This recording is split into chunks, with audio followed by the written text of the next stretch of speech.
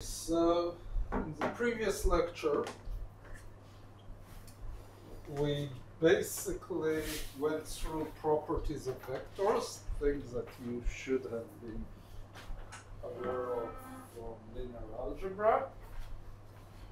In this lecture, we'll go over properties of matrices, again, things that you're supposed to know out of linear algebra. Although we'll use somewhat different notations, you might even be surprised by some of the properties. But I would like to start this lecture with a simple question: why am I doing all of this rehearsal of linear algebra when we're doing quantum mechanics? Right, you started in modern physics, and you got Schrödinger equation, and you studied there that solving the Schrödinger equation is what quantum mechanics is all about. I would like to show you that actually solving Schrödinger equation, or even more precisely, Schrödinger equation is actually a matrix. Okay, so how do I show it? Okay, the basic property, as we emphasized several times during these lectures, is basically that we have the wave function. The wave function has all the properties of the system. Okay, and the wave function, as you have seen in many opportunities, is a function. So, what is a property of a function in the deepest level? Give it a number, it returns another number, right? So what does that mean? Basically, give it a point in space, and you'll get back a number, complex number in the case of a solution of Schrödinger equation, or for a wave function, but still a number. Now, let me assume that space is discretized. Why would I do it? I can say that I'm trying to clarify myself the properties, because always continuum is a bit harder to understand. On the other hand, I can say it's very utilitarian, meaning if I want to calculate wave functions on the computer, my computer is discrete. I can't keep a number for any number in the continuum. What do I do there usually? I translate it into our good old friend, a vector. So I go and take space, let's say I had space. I divide it into small chunks. How small depends on the degree of accuracy that I'm interested in.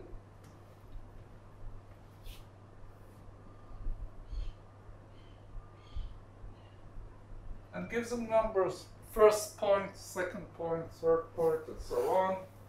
I'm now presenting it as a one-dimensional system just for my convenience, but it will work with 3, 4, whatever your favorite number of dimensions is in the universe you happen to occupy.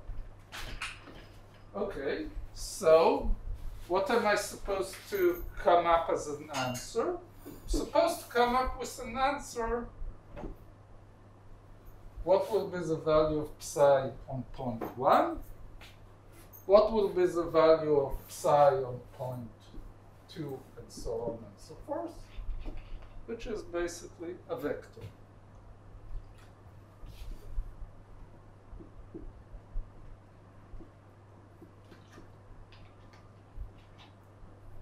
Where n is the number of points I'm taking into account. For any computer that is conceivable at the moment, n has to be finite. Could be large, but it's still finite. Okay, so we clarified what's psi.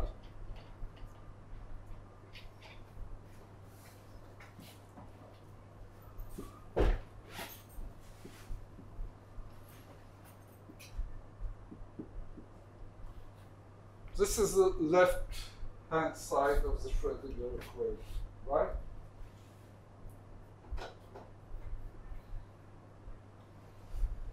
Okay, how do I solve it on a computer in discrete space? Well, I can go and do symbolic mathematics, like in the program Mathematica. I could take all kinds of concepts out of numerical analysis and try to calculate a differential equation. But I could also do the following thing, which is connected to the fact that I discretized space. So, actually, what's written here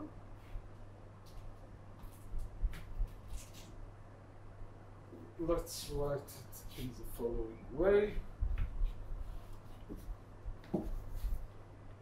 I'll have here, because I'm dealing with a one-dimensional system, just the second derivative of x, right? Okay, let's see how does the first derivative of x look like in discrete language. Okay.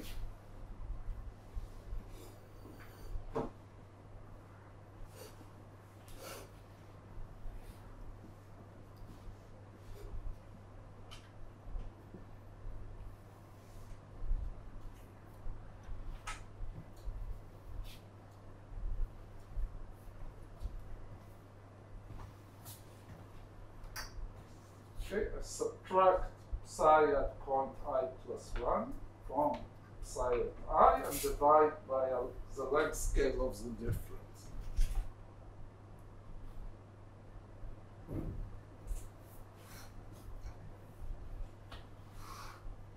Okay. Well, could argue with me why it's asymmetry, why not some point in between? It doesn't really matter. Okay.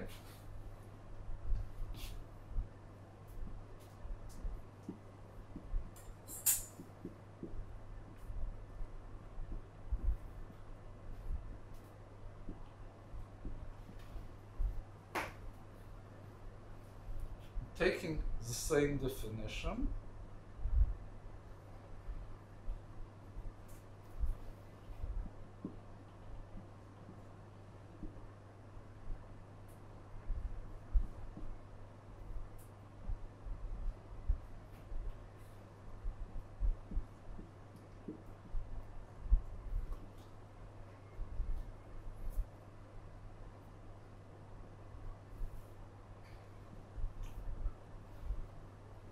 just writing it down.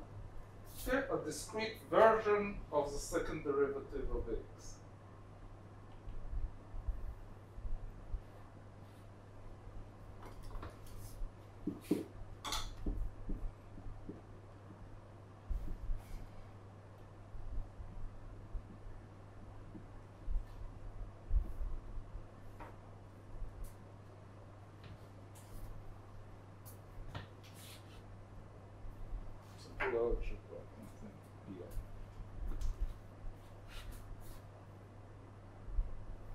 Okay,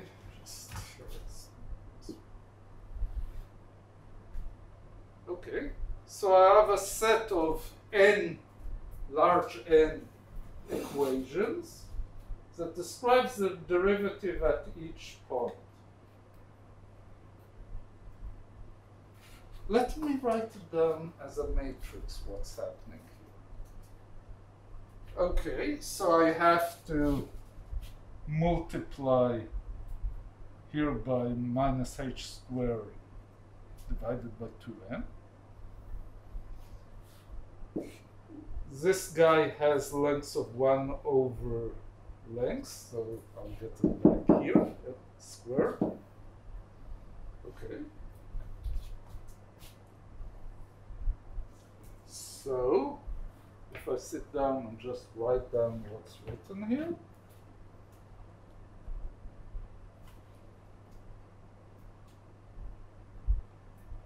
and let's just, depends where I want to stick. Let's forget for a moment of Vx, just it's easier to write, we'll add it in a moment. Okay, so this guy comes for all of them.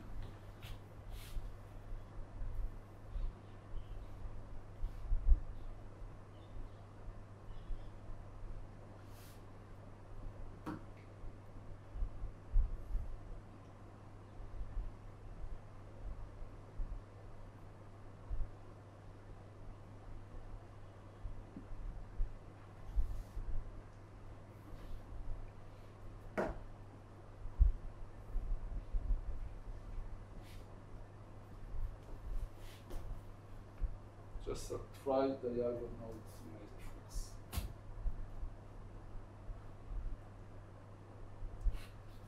Well, it takes this guy, multiply it as a wave function, and we get exactly minus h squared over 2m, second derivative times psi. If I want to write down now the time-independent Schrödinger equation,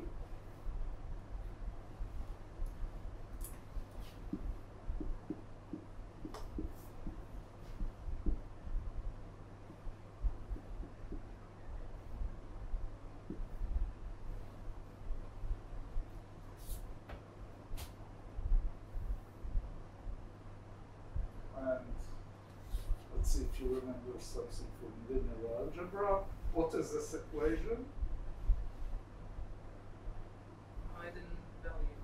It's an eigenvalue equation. So the Schrödinger equation is basically an eigenvalue equation in linear algebra.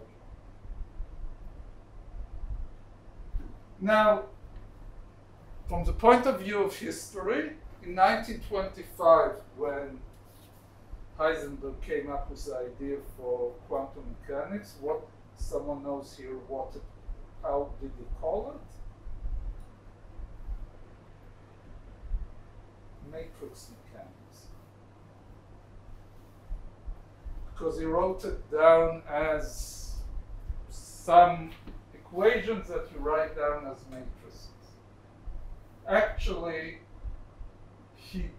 linear algebra wasn't then taught to physics students because it wasn't considered something you should know. Most of what people learned was differential equations in their mathematical courses in physics. So he wasn't sure what is this creature. Went back, talked with his physicist advisor Born, who told him, oh, these are matrices. A year later, Schrödinger came up with this formulation of quantum mechanics. Now, Schrödinger came in with an additional baggage. He believed that the wave function that you get here is a real physical wave function, and there was a huge argument. But once it was understood that this wave function is not a wave function in real space, it's a wave function in Hilbert space, then basically came Dirac and said, guys, you're arguing about nothing. Matrix formulation, differential equation, Schrödinger's equation, they are both the same. Just different ways of writing down the same idea.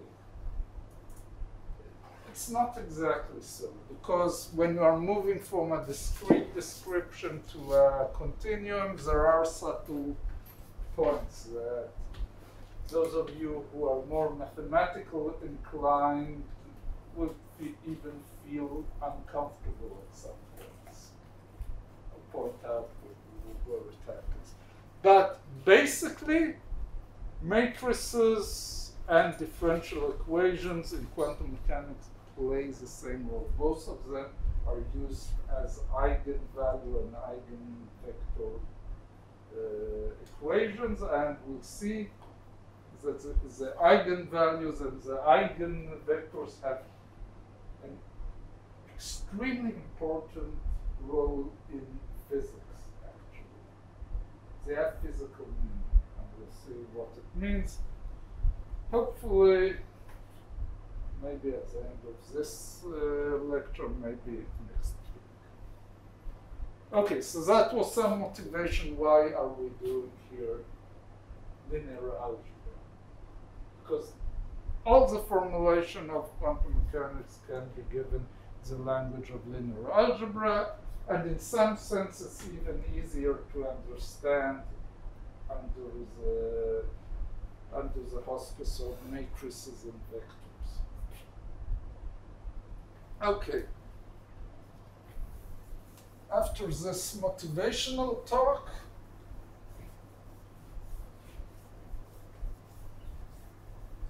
let's go back to definitions of operators and how are they connected to matrices. Actually, I convinced you that already that they are connected to matrices, but we will learn how exactly to write down any operator in terms of a corresponding matrix. Okay.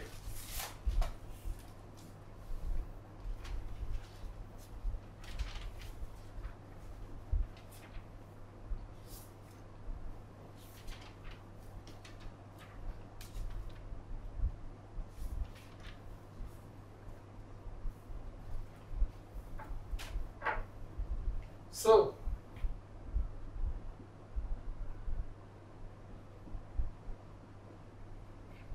what does an operator do? In the most general form, an operator, and as we have done in the previous lecture, we will denote it by this hat that operates on some vector u, gives you some vector v. My only restriction is that I have to stay in the same dimensionality. I can't take a vector of 2 components and turn it into a 3-component and call it an operator. That's some other animal.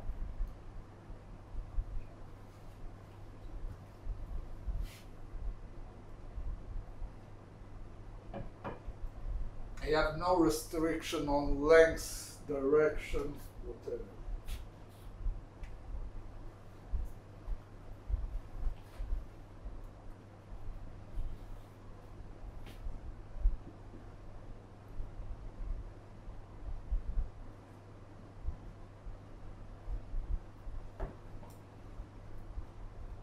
Linear operators are a subclass of operators. And they are defined by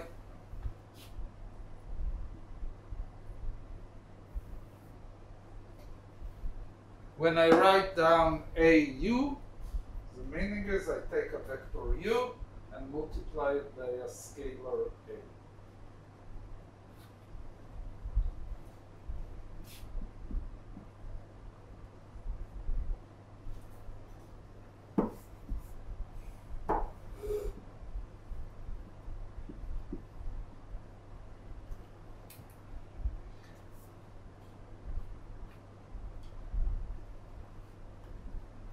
Okay. This already tells me something deep about the nature of these operators. told you in the previous lecture that basically the vector u, I can choose a basis to my taste. Whatever is an orthonormal basis, it's a good basis. It may be convenient, it may be very inconvenient, but it's a kosher basis. So, can write down A as some scalars of basis K.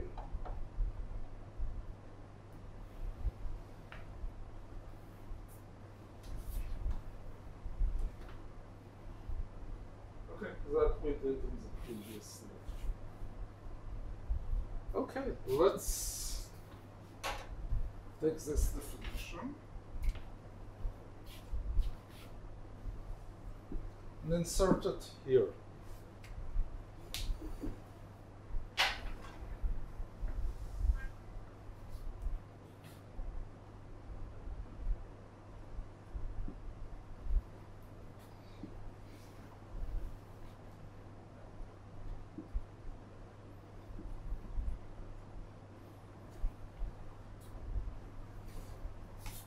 In the meantime, I did nothing. Just remember, these are scalars.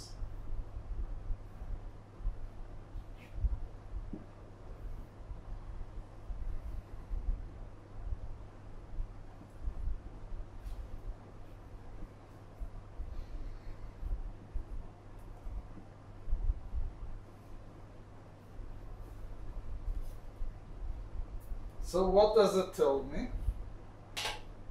I don't have to go and write down what the operator does for every vector in my space. All I have to know is what does the operator do on all basis vectors. If I know that, I have no problems in expressing what happens here to any operator.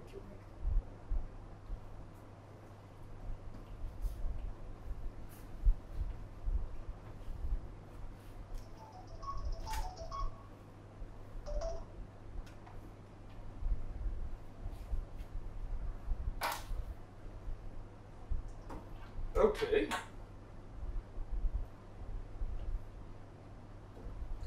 Let's meet our first operator. And those of you with mathematical background will understand why we meet this guy.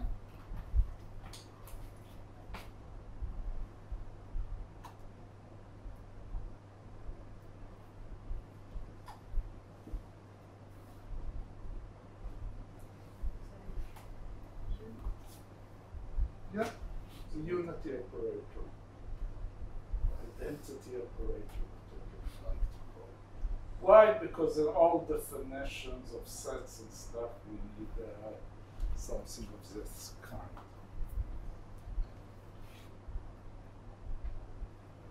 Okay, another thing that we can say.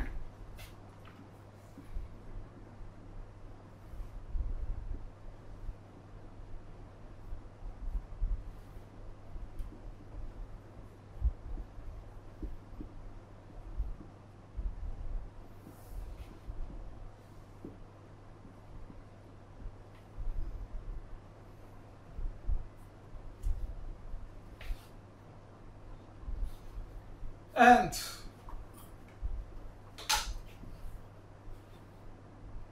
something of huge importance.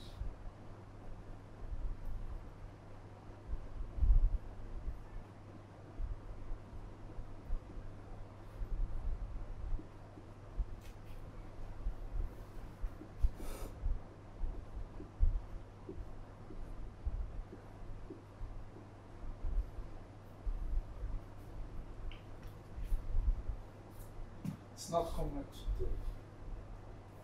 This simple statement is the Nobel Prize of 1927.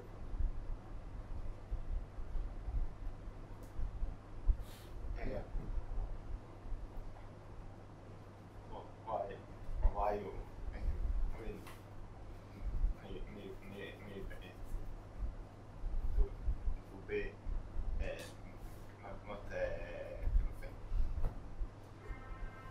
it's a linear operator in principle doesn't have to be commutative. Meaning AB doesn't have to be equal to BA. I'll prove it in a moment once I identify a linear operator as a matrix, and that you already know that a multiplication of matrices are not commutative. Oh, So in a moment, I didn't prove it, I'm stating here. If you want, I even didn't prove this thing, and again, under the definition of matrices, it's almost immediate. Okay.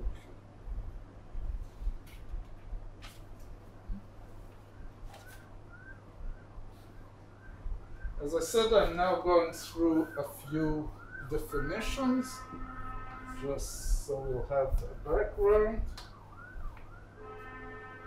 Inverse.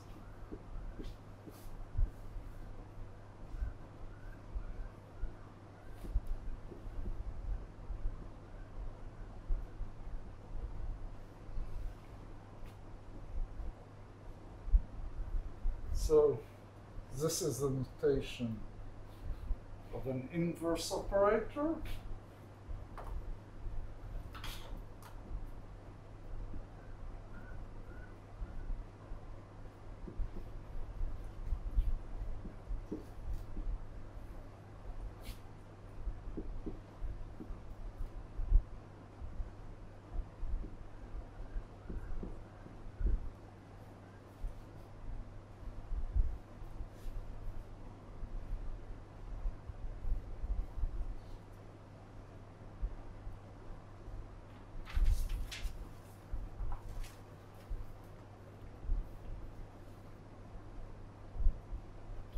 Okay, so why do I claim all the time that an operator is a matrix?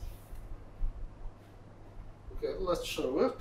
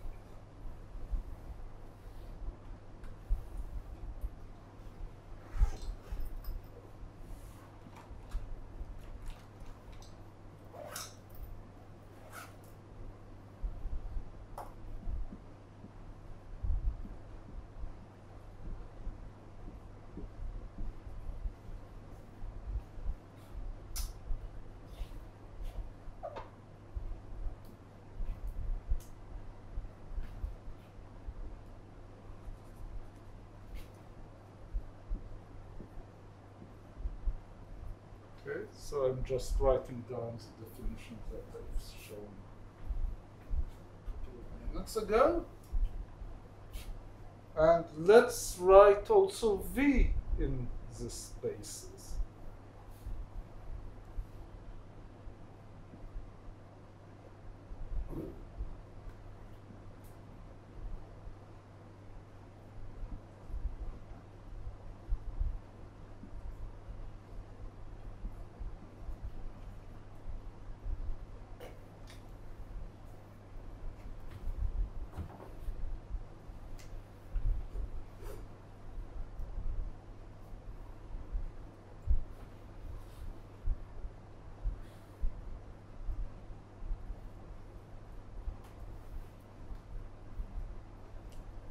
Am I allowed? Yeah. Right. Just so you won't get confused with K. I could have written these are summations and therefore have no identity, but just not to confuse you.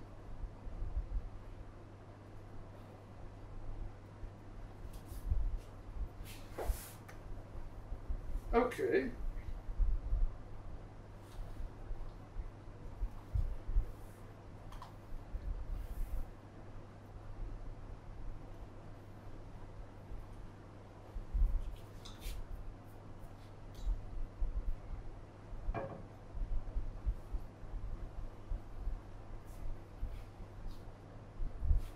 Okay. So I want to rewrite this part.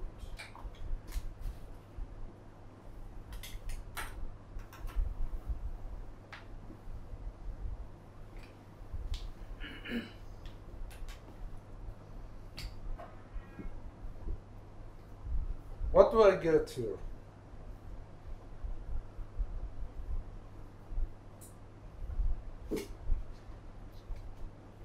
What is this entity in the red parentheses? Yeah. Right on the ancient base. Yeah, a simple question. What is it? A scalar, vector, matrix? Vector. This is a vector. So whatever I'll get here, I can rewrite as some kind of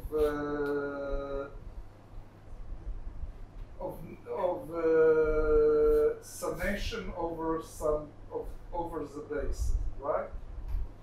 I don't know what it is, but it is what it is. So I write it down as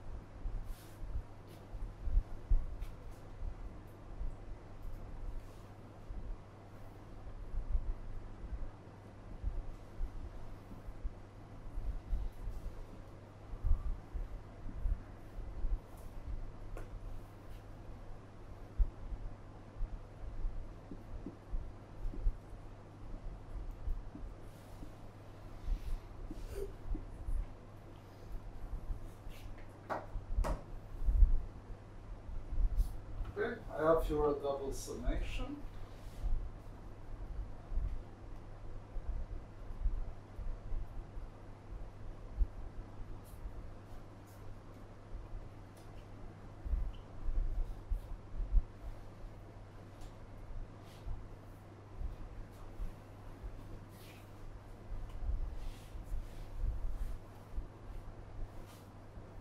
So I want to know what is a particular entry in the new matrix V. Yeah, that's the thing that I get after using the operator, right? So how do I pull out the new entity that appears in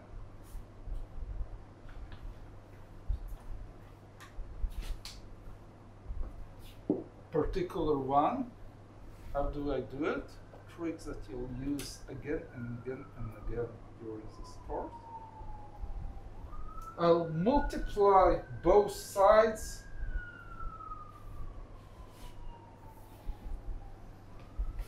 by some basis vector J. In a moment we'll see why it helps us. Okay, so after this multiplication, let me rewrite what is appearing here. K, P, UK, BP,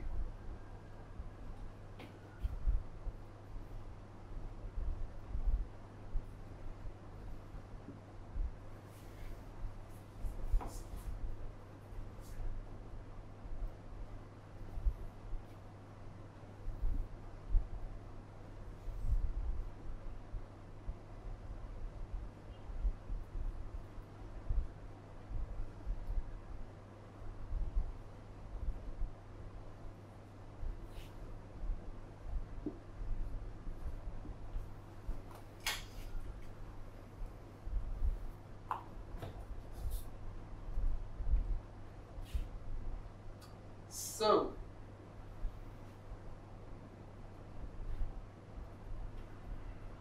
let me use the fact that I'm dealing here with an orthonormal basis, and that's the reason why we are dealing all the time with orthonormal basis, because they make life easier. What is this guy?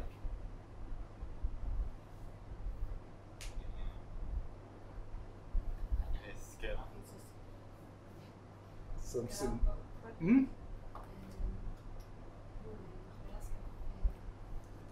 Yeah, but what is the result? This is, if you remember anything about orthonormal basis, what does it mean? Two vectors that are in the same base but different vectors. The multiplication between them, the scalar multiplication is 0. Otherwise, it's 1. So this guy is delta JP, and this guy is delta JL. Meaning that only for J equal L or for J equal P, you have here a value of 1, otherwise it's 0. Therefore, on the right-hand side, I have just Vj,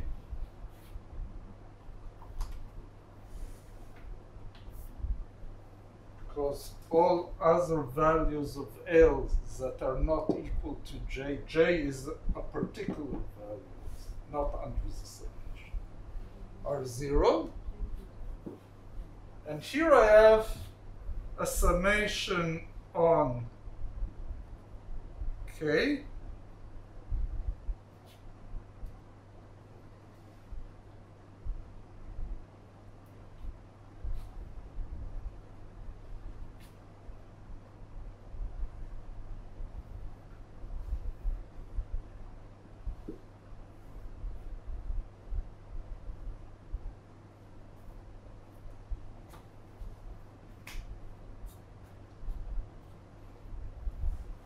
Okay.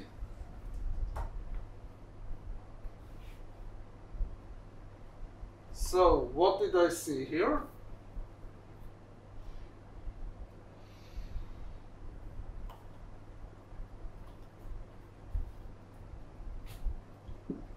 For a particular value of P, let me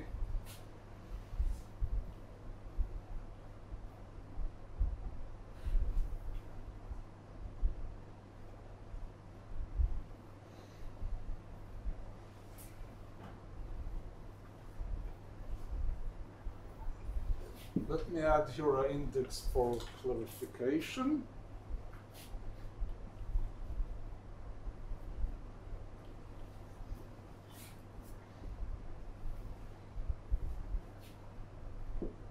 Why did I add here an index?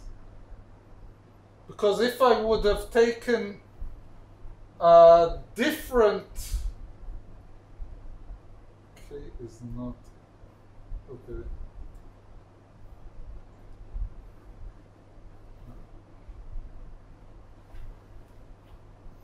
If I would have taken here a different basis K, different vector K, I would get here a different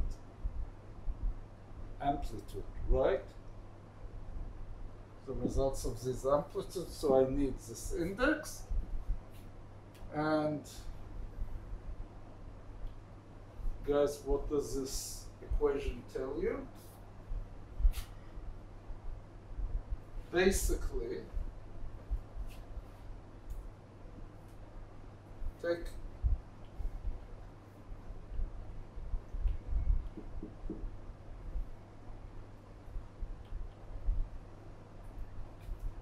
started by multiplying it on a vector mu 3 and so forth.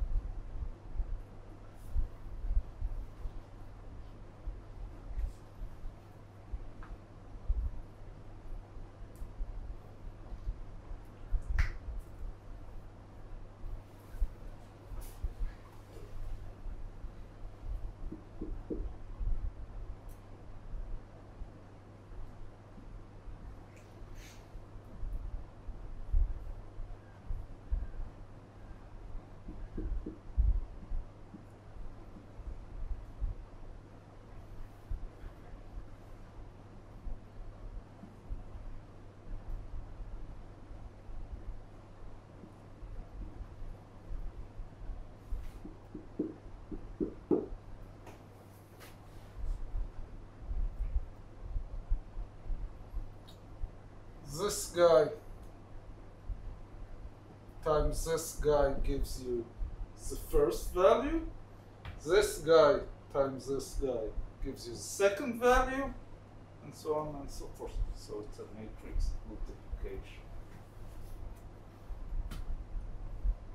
So an operator is a matrix.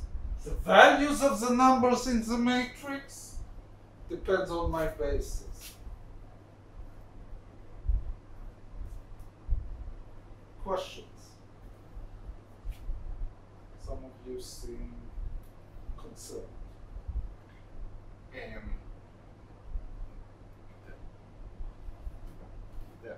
That's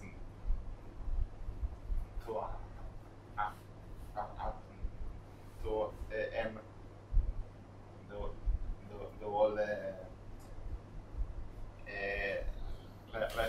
side. Is it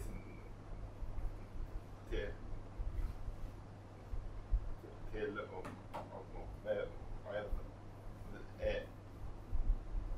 like same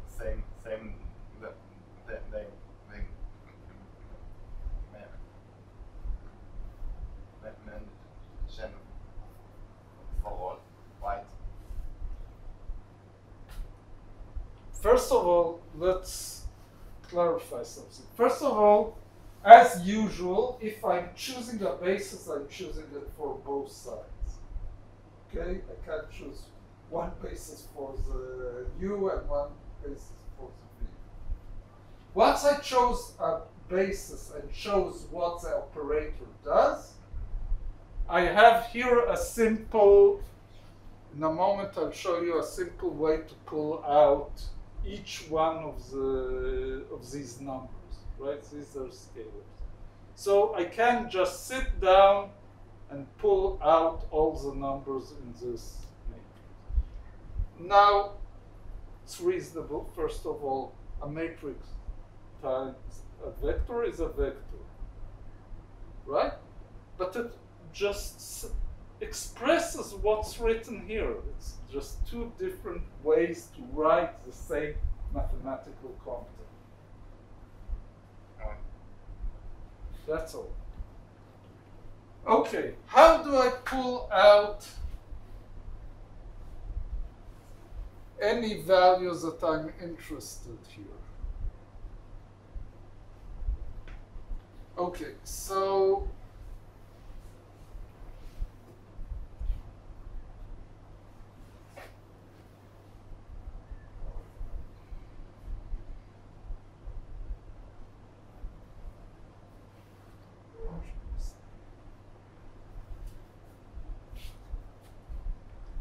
let me write it this way. Okay, so basically we said that if I know what the operator does to any vector, life is good, right? So let me just pull out the definitions that I used here.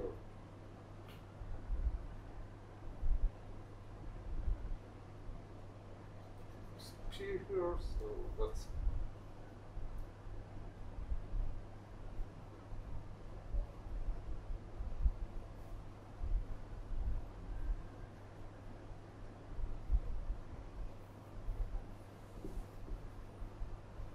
just pull out the segments I wrote in red here.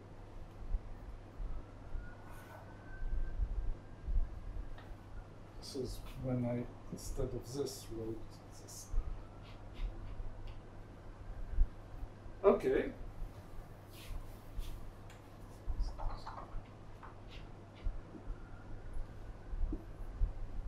Okay. What do I do here in order to get this number B, which is the number I'm interested?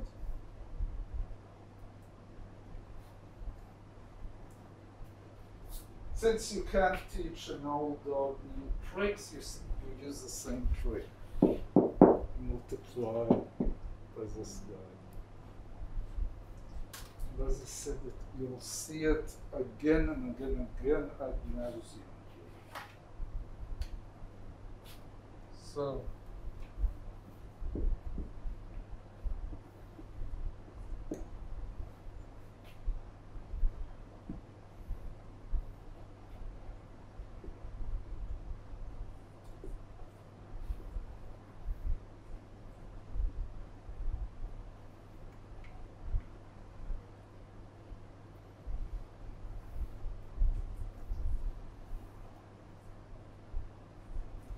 this is delta T.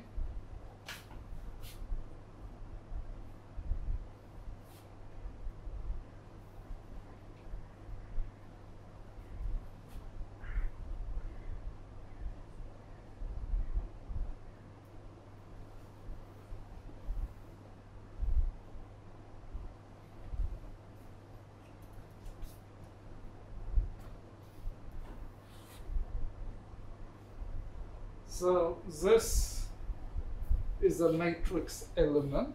It's a number in the matrix. And the algorithm to pull it out is simple. Take the operator, use it on one of the basis vectors, and multiply it by another basis matrix, and you'll have all of them. Of course, you can have a case where J is equal to K, and that will be the diagonal part of the matrix.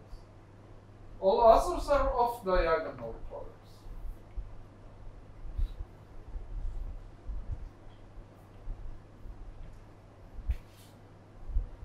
Do you have some restriction on J, or it's like could be whatever? J has to be, in order for me to use this connection, J has to be on another basis vector. If I use another vector, it doesn't help because I don't have this delta function. Returning the reason that we are using orthonormal bases is because of this mathematical properties of orthonormal bases that makes life simple. Otherwise, you're stuck here with some combinations that after you have to disentangle. Not easy.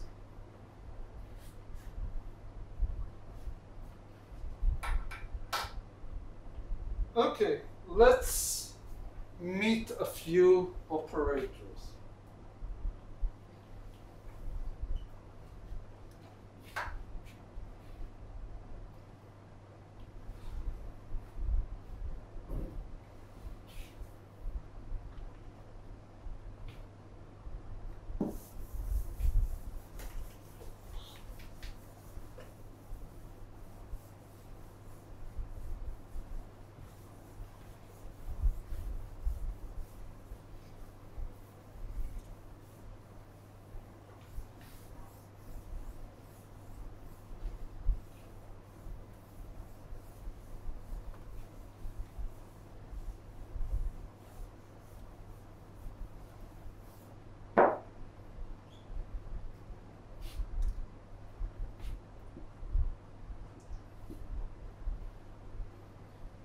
How will I write it down as a matrix? Just one on the diagonal? Just one on the diagonal. Can't be anything else.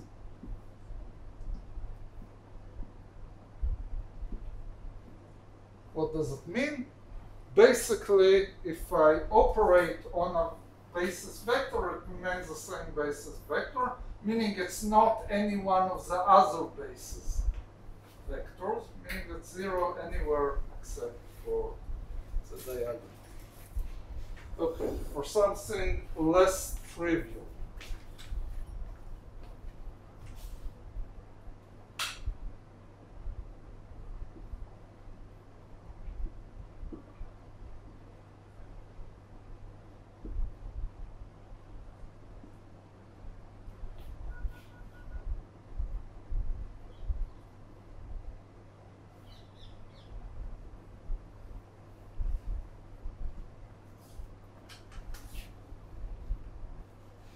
Okay, now what does this projection operator do? It gives you, if, and I'll write it denoted the following, pk, and it's supposed to give me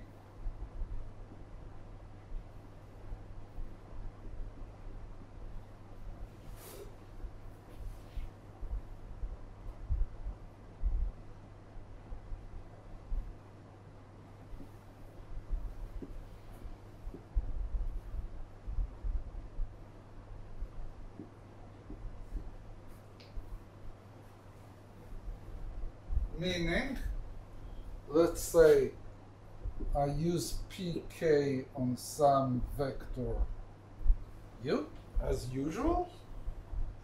Vector u is just a sum over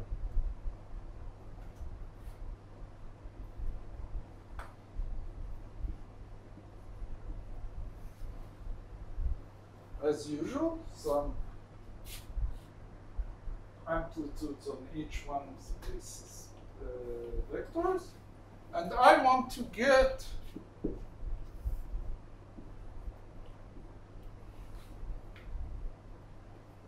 u of k.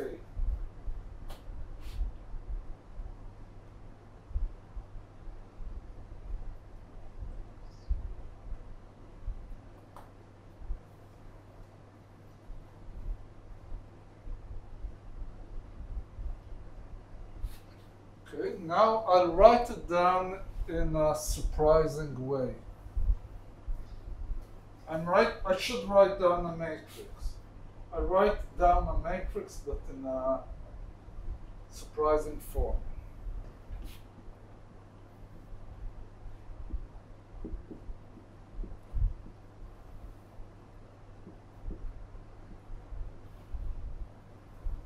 Claims this is a matrix. In a moment I'll convince you in a more conventional form, but let's see if this is a definition. Let's use it here. So I'm starting with pku, writing down kk sigma l ul l just wrote for each one of the guys here, u and pk is the definition.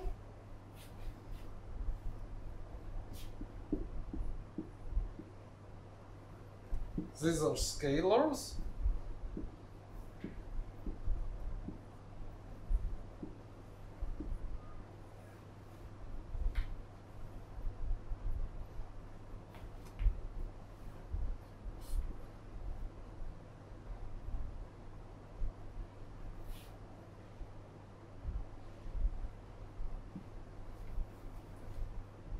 What is this? It's our good old friend, the delta.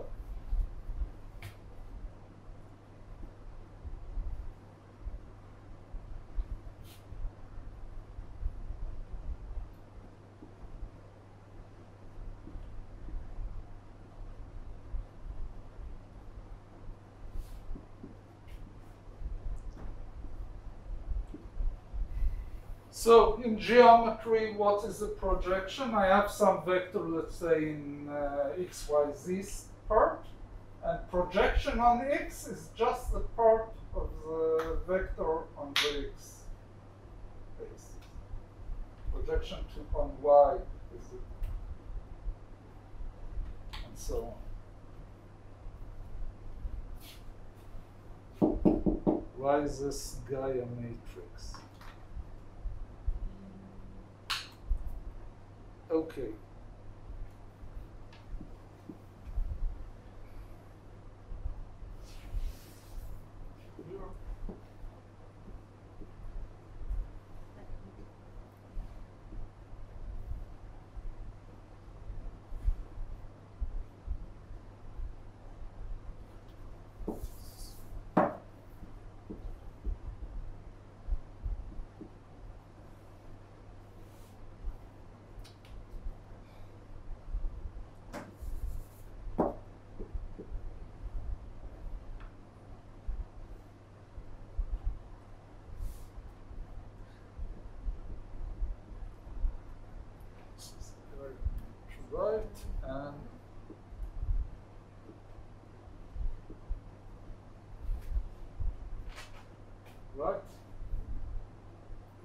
Well, since we are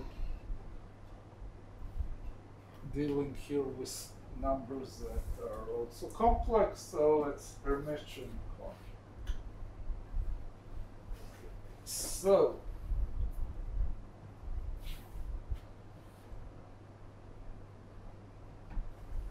I'm just writing it down in good old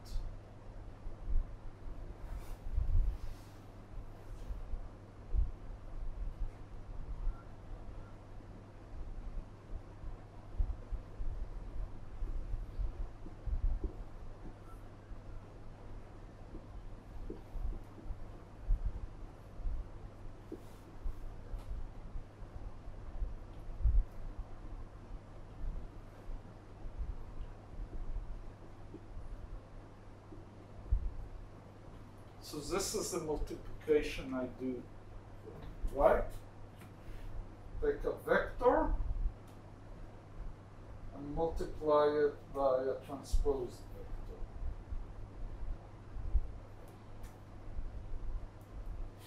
So what is the result? Well, when they taught us how to multiply a vector by a different how to multiply a matrix by a matrix, let's say. What did they teach you? Take the row, multiply it by the column, right? Okay, so my row here is extremely short. Fine. And my column here is extremely short. Again, fine. The result here is, okay, now I'm taking the second one.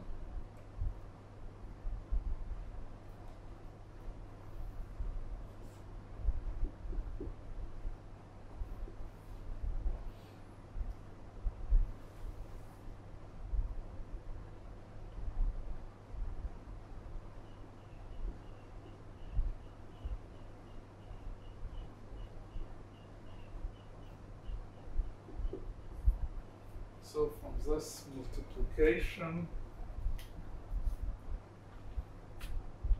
I got a matrix. So scalar multiplication between two vectors, which is the usual way of writing it down, I get one number.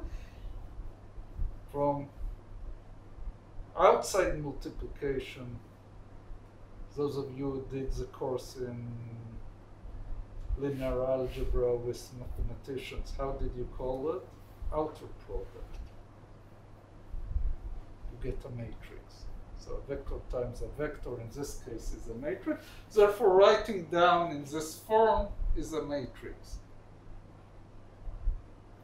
And we prove that it works as a matrix just by a direct application of it on a vector.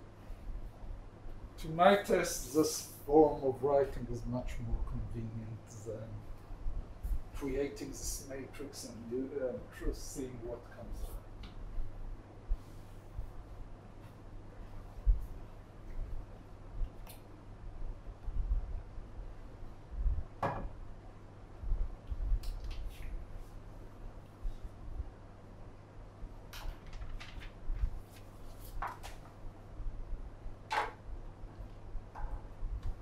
Now, I'll do something with this operator. I'll define an additional operator.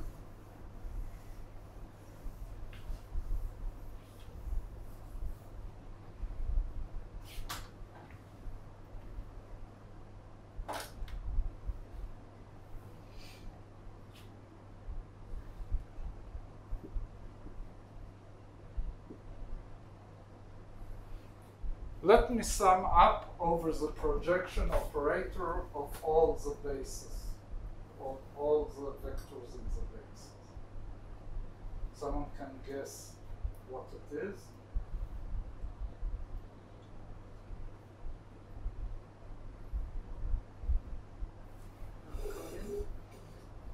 What is this guy?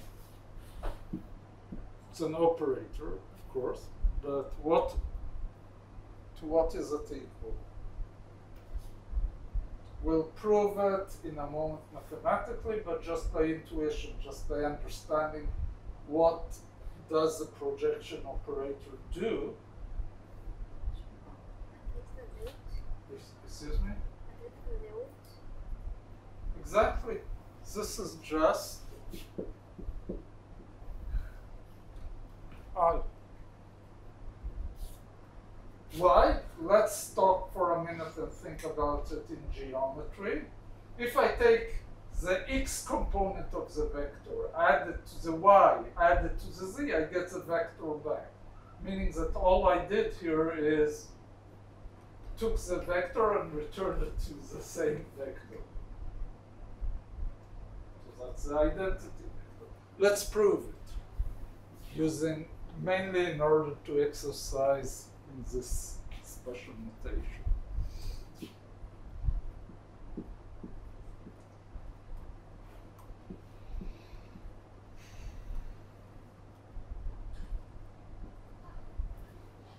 Okay, I'll apply. I should have written here another stage. K, PK operating on U. Okay. I just wrote it down explicitly. For the trillionth time in this lecture, let's rewrite U as a summation over the same basis. We have here K sum over L, U, L, L.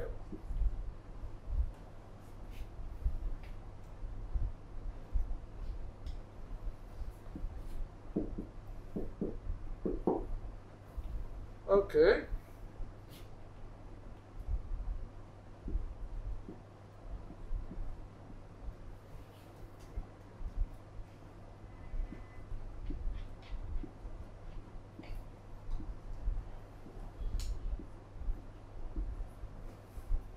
Our good old friend, the delta function.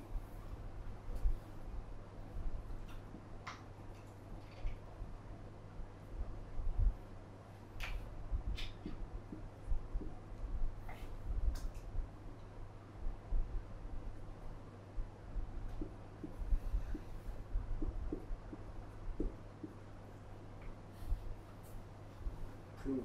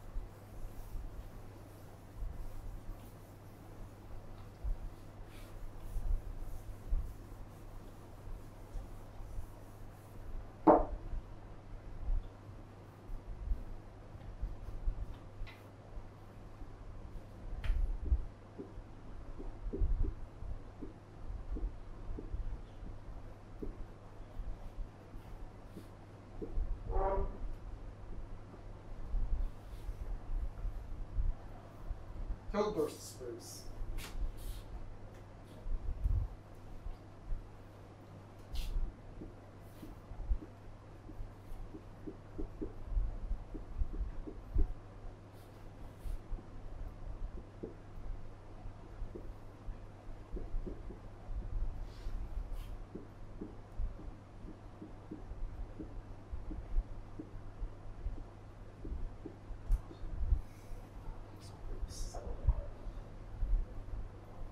everything that we know about finite discrete vector spaces you can extend into infinite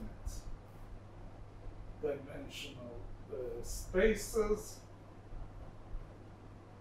which is known as open space. Meaning, instead of talking about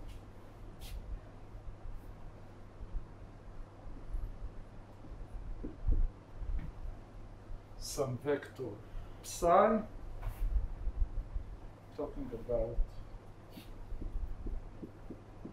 function psi of x. The difference is x is not discrete here. You have to pull out a number for any number x that I'll put into this function. And psi, of course, is a complex function.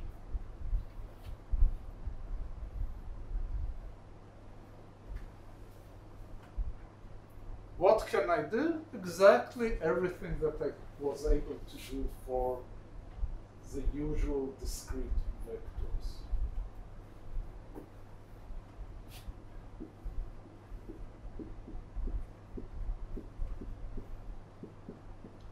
Can combine two vectors, the same thing I can combine two wave functions.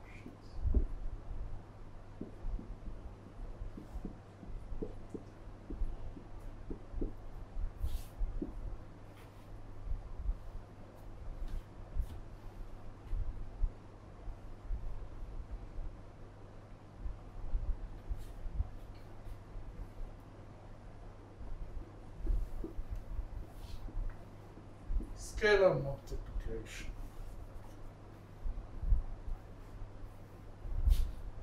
I'm reminding you, in the usual discrete case,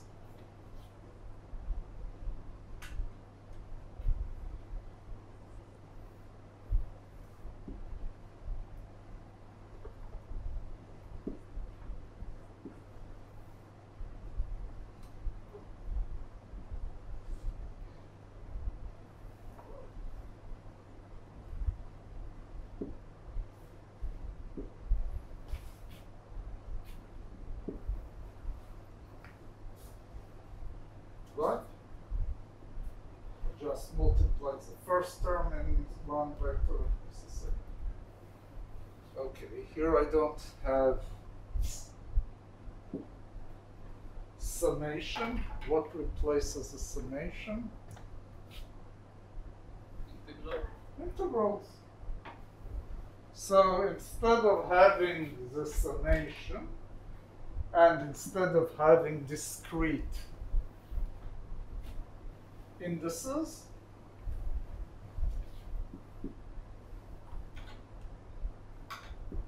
sum over I integral over x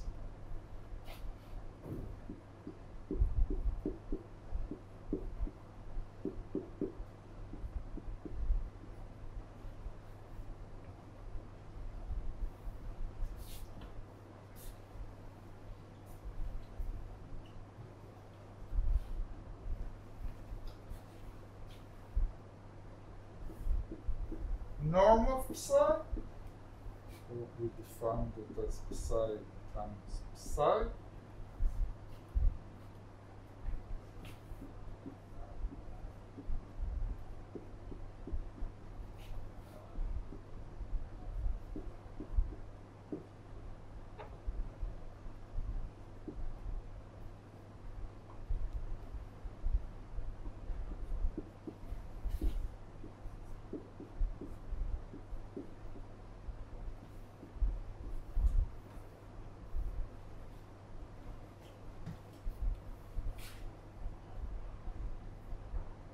So we see that the scalar multiplication that we played previously just as some dictionary or logbooks that we took are actually operations that we know out of linear algebra. Just for a continuum, fine. But that's it.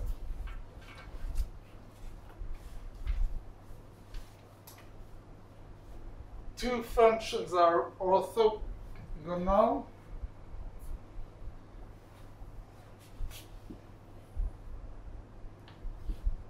when psi1, psi2 is equal to 0.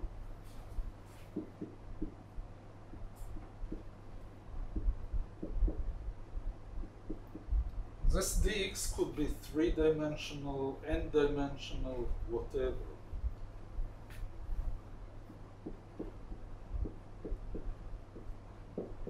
So orthogonality between two functions is just that the result of their scalar multiplication, meaning this integral, is equal to 0.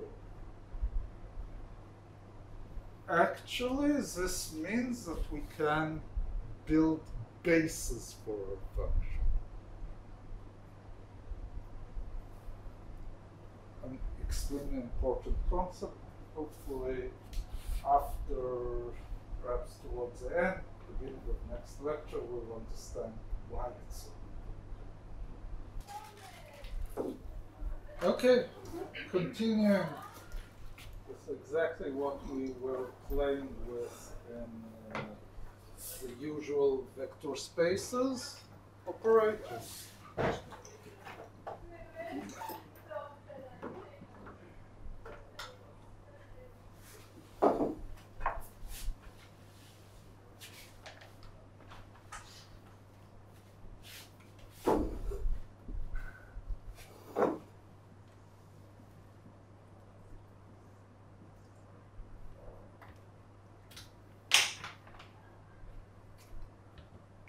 So an operator is something that takes a function and turns it into a different function, or the same function.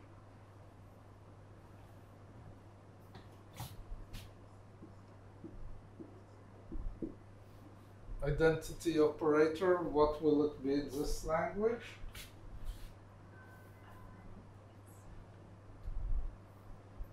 Excuse me, I didn't hear. A very complicated function known as the number 1. You multiply the function by 1, you get the same function. So that's the identity. Another example of a function of an operator.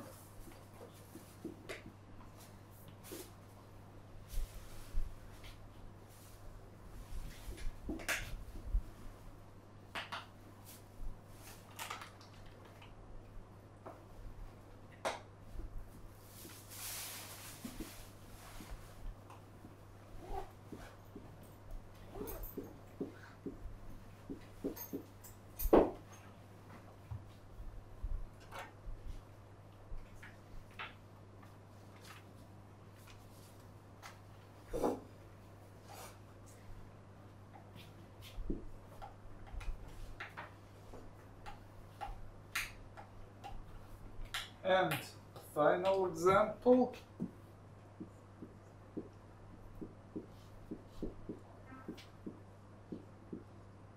This is already more complicated to perform.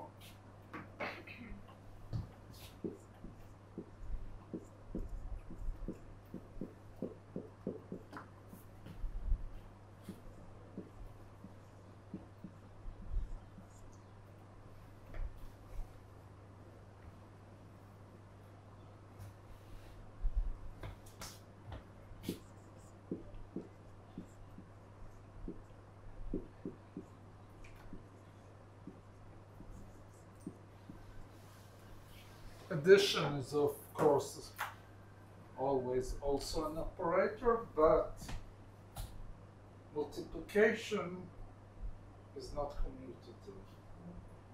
Let's show it explicitly for an example here.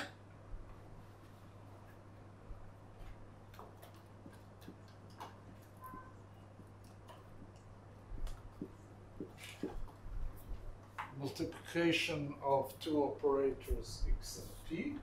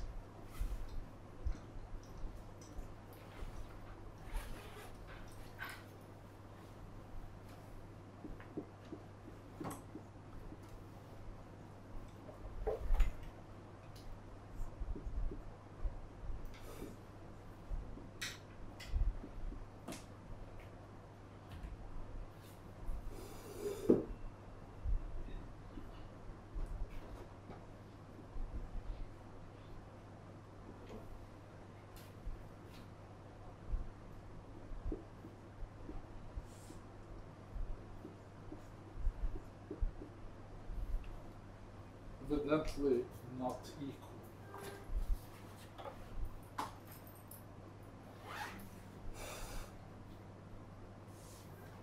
These two terms are equal. We have an additional term here. So x and p are not commutative. Question? Yeah, sorry if this goes too much into the meaning of things, but essentially does that mean that if we look for its location and then its momentum, it's different than looking at its momentum and then its location? Yes. Although I didn't define at the moment what is looking for a momentum and looking for a position. At the moment, all we know is to do an average over location and to do an average over momentum. We don't know what is the meaning of measuring position and measuring a momentum. So no one else will hear it. We will continue not to understand. Even worse, no one understands. But we know exactly how to give you probabilities and results out.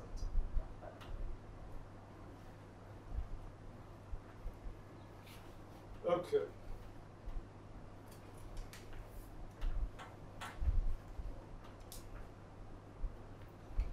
So averages,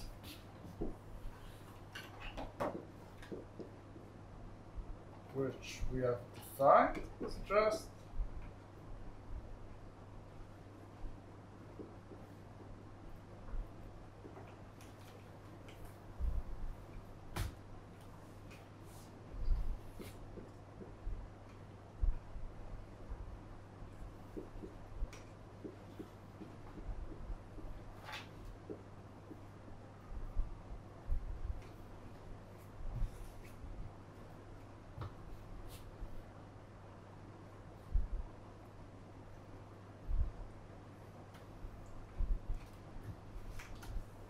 so an average is simply a matrix element of the operator with the same vector.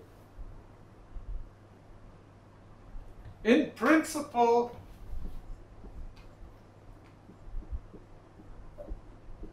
I can write down such entities which are matrix elements between two different functions. At the moment,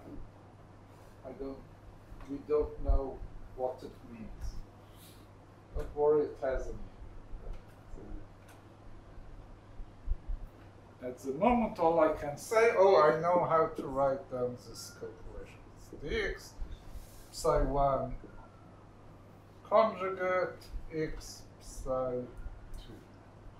Same dx psi 1 conjugate minus I h bar.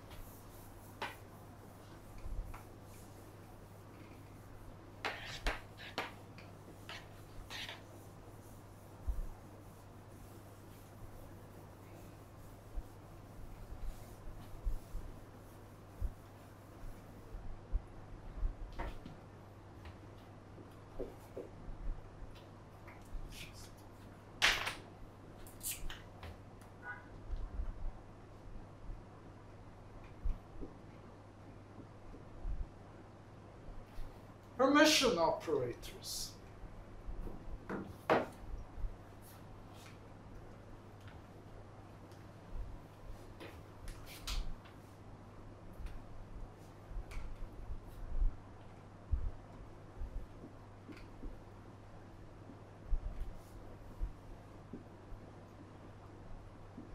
operator is an Hermitian operator if the Hermitian conjugate is equal to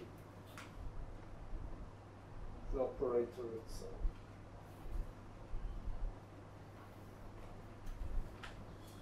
Shortly, I'll prove that all operators that represent physical quantities have to be Hermitian operators. Comes out from a mathematical property of the Hermitian operators.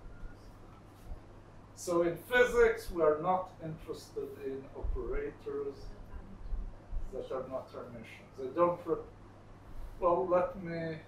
they could be useful in some calculations that may help to perform mathematical transformations or stuff, but they are not representing a physical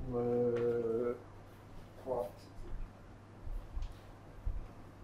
This is actually the reason why P is not equal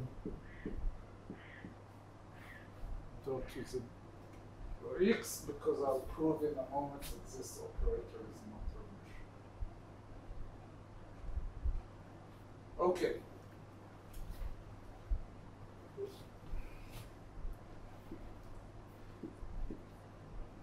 In general, if I have an operator performing on phi, on vector phi, psi, and I perform a Hermitian conjugate on that, meaning, what is this? Let's touch base. Now, what is the quantity inside here? It's a vector. It's a vector. So Hermitian conjugate is just transposing it and with the complex on each term. Okay, in our notation, it's basically writing it down in this form.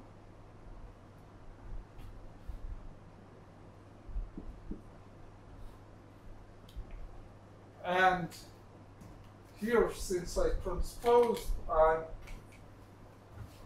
performing the operator backwards. So if an operator is Hermitian, it doesn't matter. Let's say I have something of this.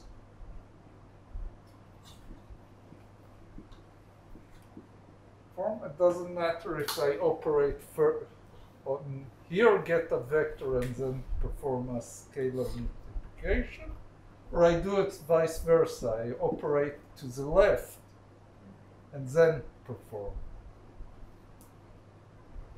Okay, let's see if what is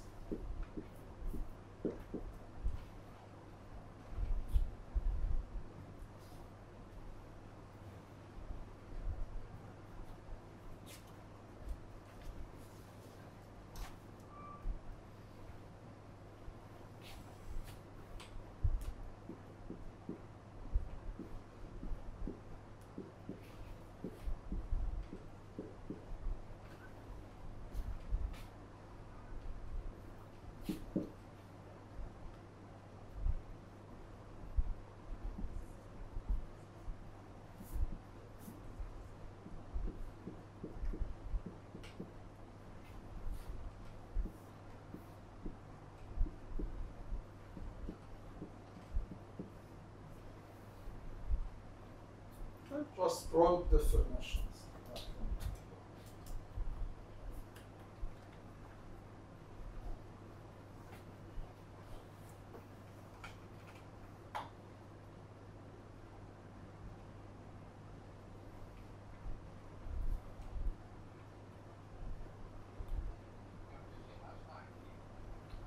Okay, but I can continue here and write it as an integration by parts.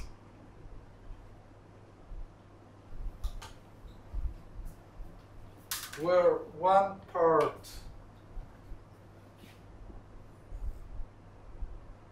other part is this one.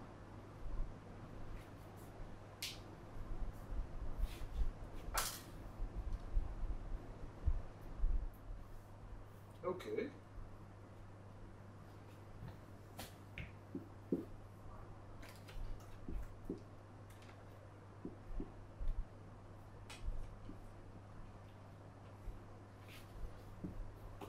Integration over a derivative is a function itself between the boundaries. I'm writing down as one dimension, say for any dimension.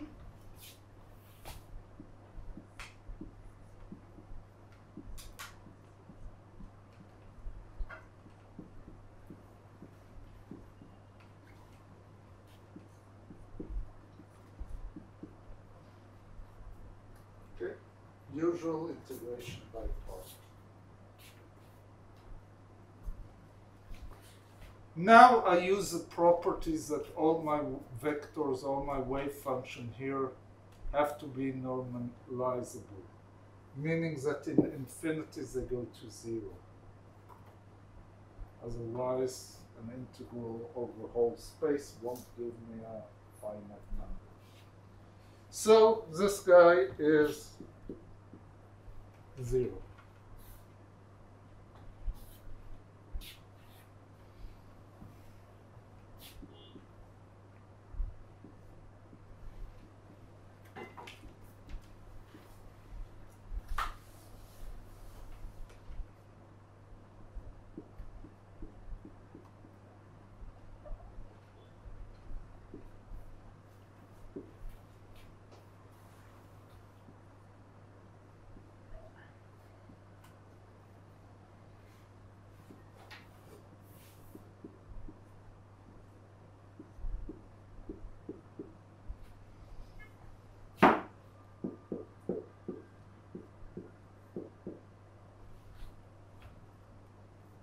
Not permission.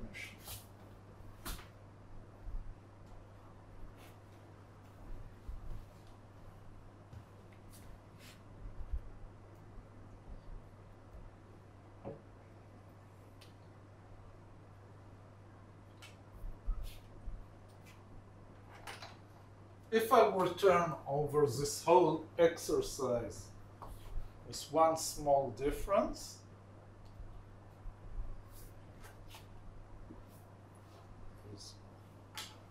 I'll add an I here, multiplying by a constant HI, for example, won't change anything. Okay, so let's go and do the calculation. That's an I here. Adds an I here. Doesn't change anything about the fact that it goes to 0. And remaining with the I here. I have here an I.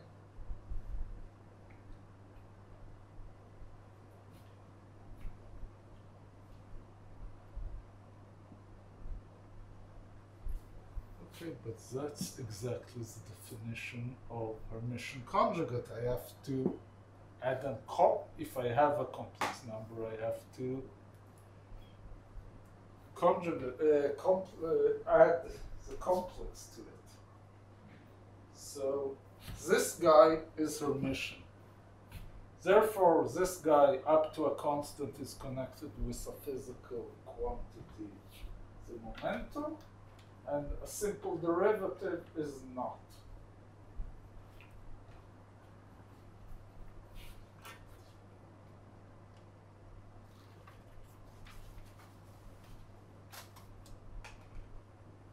Okay.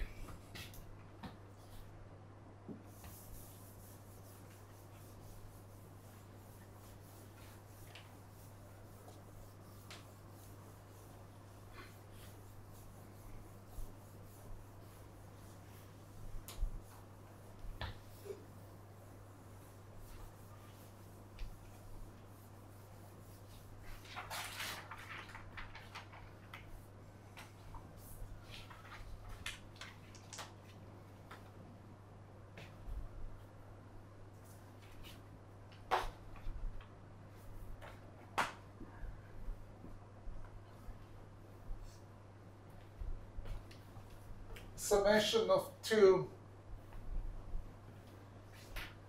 Hermitian operators is also Hermitian. Why? Simple. Form a complex conjugate.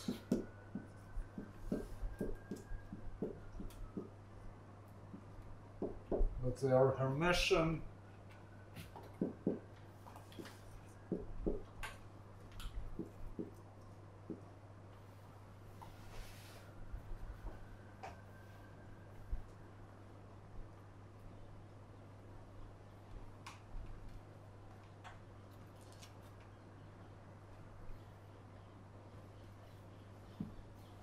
Multiplication of two Hermitian operators. Someone can guess? Multiplication. Is it Hermitian?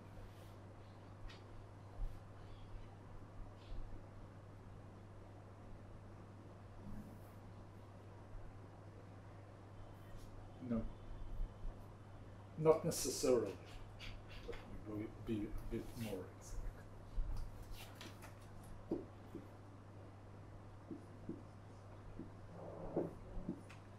So this is a multiplication, a Hermitian conjugate.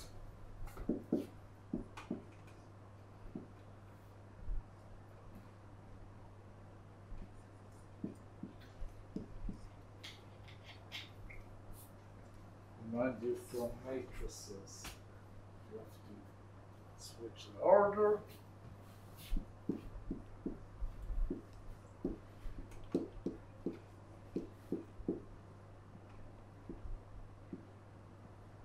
Unless from the beginning A times B was equal to B times A, so it's not necessarily. In which case it's true? Like the A times. Well, I'll give you a trivial example.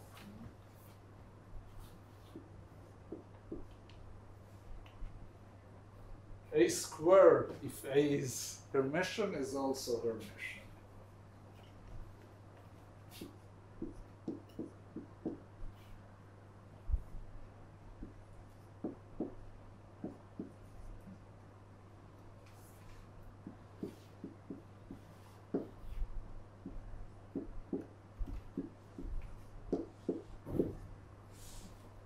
Trivial. But it's actually is in the heart of the Schrödinger equation. Why? Because you can write down the Schrödinger equation, p squared times 2, and this is the kinetic energy, which is a measurable physical quantity, which is also Hermitian. Now I can write it down explicitly and prove that it's Hermitian, or I can say, well, it's trivial by this example.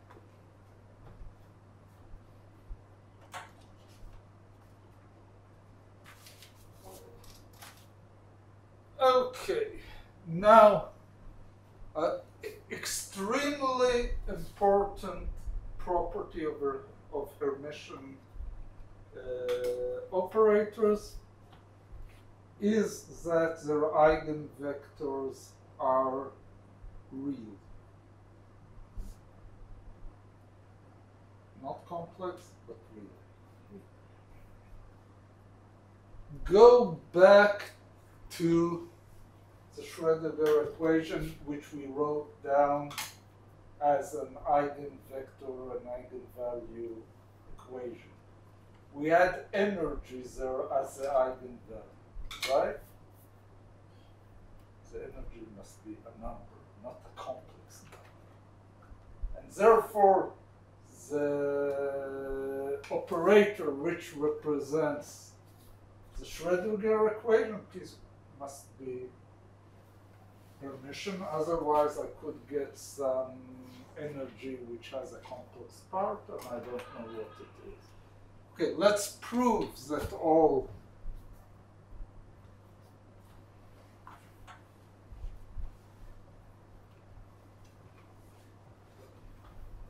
is that all Hermitian operators have real eigenvalues. Okay, how do I do it? Okay, let's write down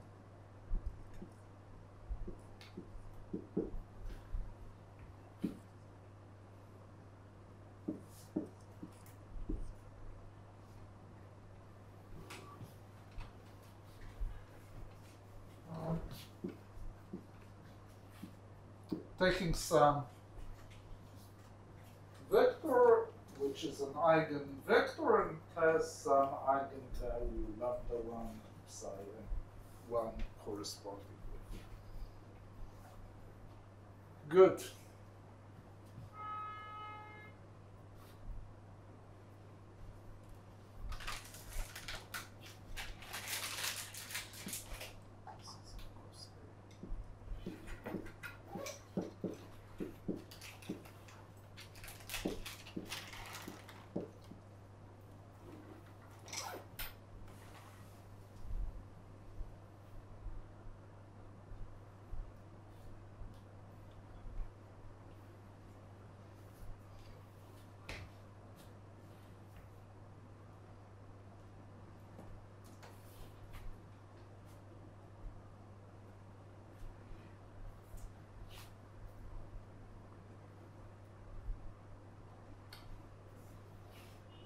Let me multiply the first equation by psi 2.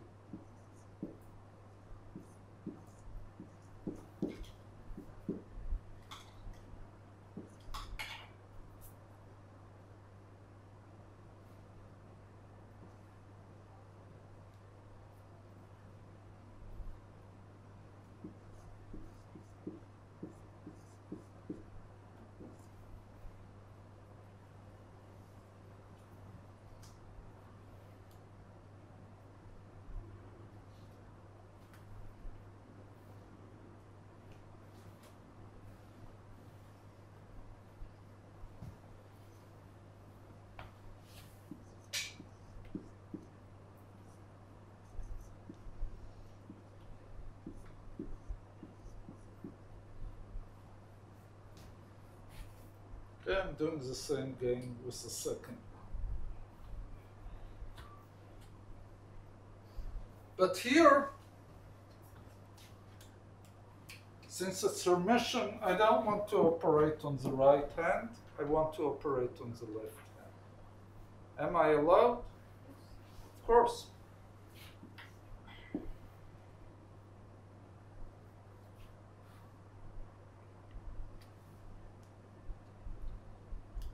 So I'll get here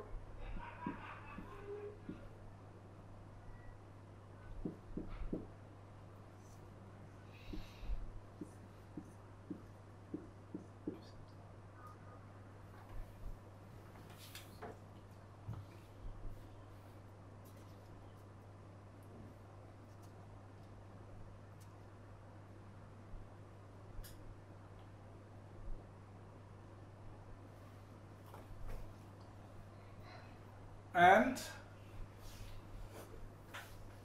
could do the following.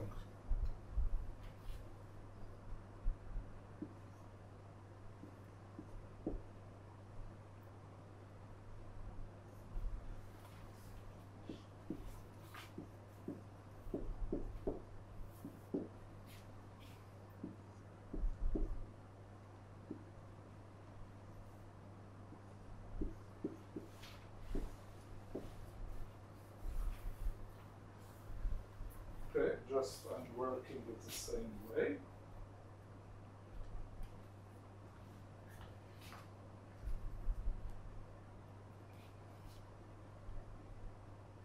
But I want to compare it to what's written here or here later. It's also equal to lambda 2.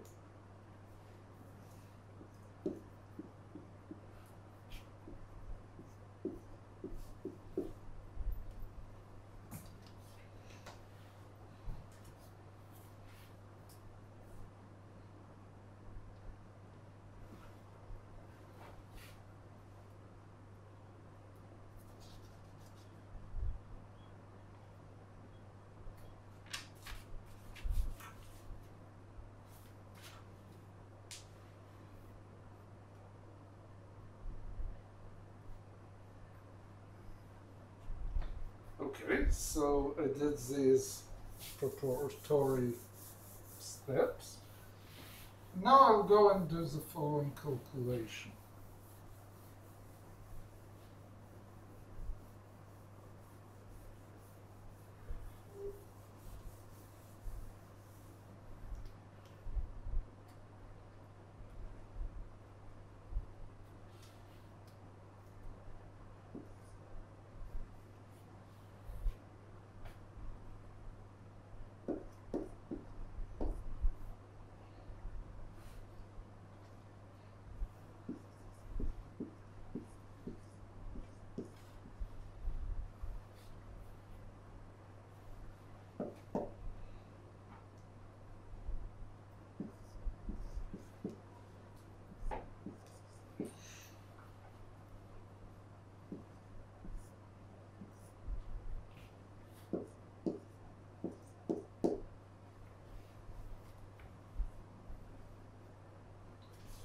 What is this equal to?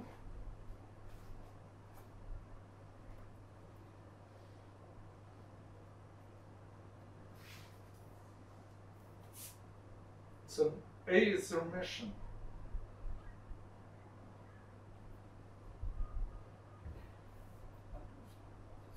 Psi 2, psi 1 minus psi 1, psi 2 with lambda. No, just by definition. I said a Hermitian operator, if I operate it to the right or operate it to the left, it's the same. So it must be 0. So let me just quote what's written here. It's basically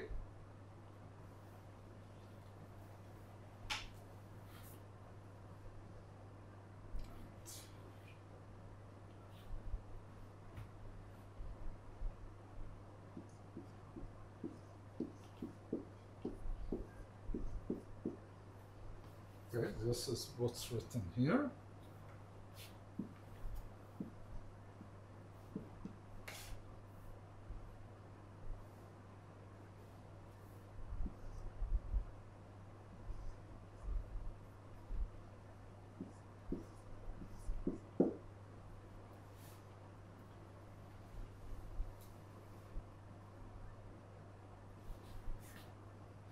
This must be equal 0.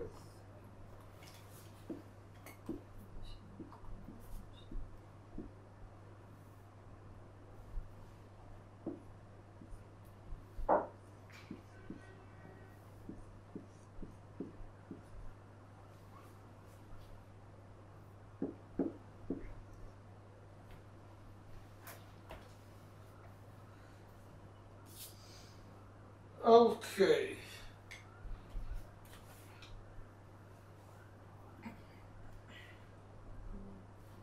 Either this is equal 0 or this is equal 0.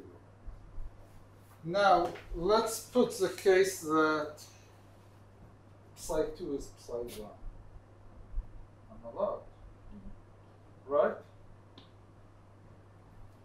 If psi 2 equals psi 1,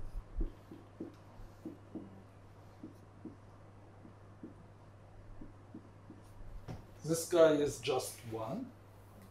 It's a normalizable function. So lambda 1 minus lambda 1 conjugate is equal 0 complex, which means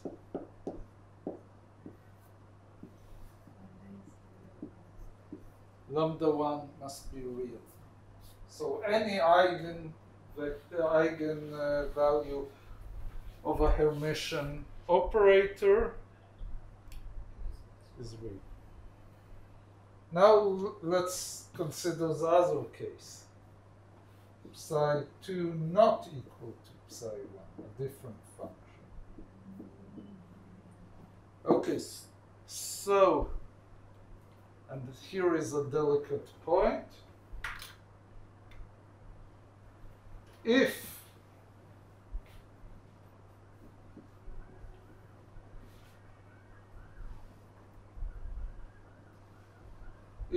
psi1 and psi2 have a different eigenvalue,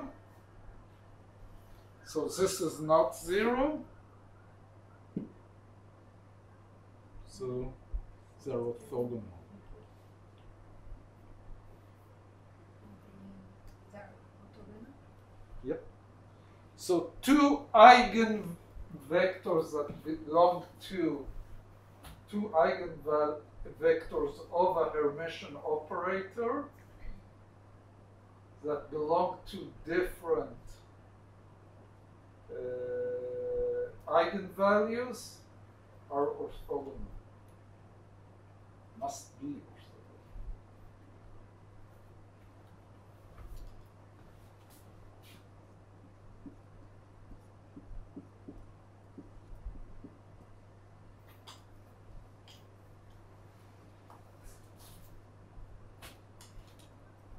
If I have two eigenvectors that have the same eigenvalue, they are not necessarily orthogonal, but we can build a basis that will be orthogonal in this subspace of solutions. Now it will become very important in the next semester. Those of you who heard about it, there's a perturbation theory and degenerate perturbations theory. Degenerate means that your operator has more than one eigenvalues that are equal. And that gives you some mathematical nice peculiarities that you have to treat carefully. That's why you have two branches of perturbation theory. But basically this tells you a very, very interesting story. Basically it tells you that if I have some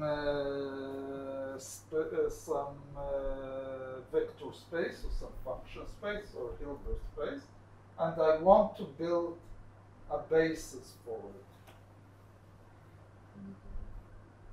Find the eigenvalues of some Hermitian operators there and you have a basis. Costs you nothing except for solving it, but you're sure that they are a base.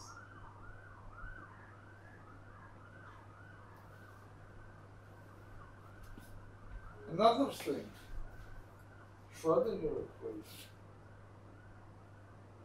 is told it's an eigenvalue and eigenvector equation. We showed it in the beginning. So the solutions of the Schrödinger equations that belong to different energies are orthogonal and they are a basis. Will have important implications.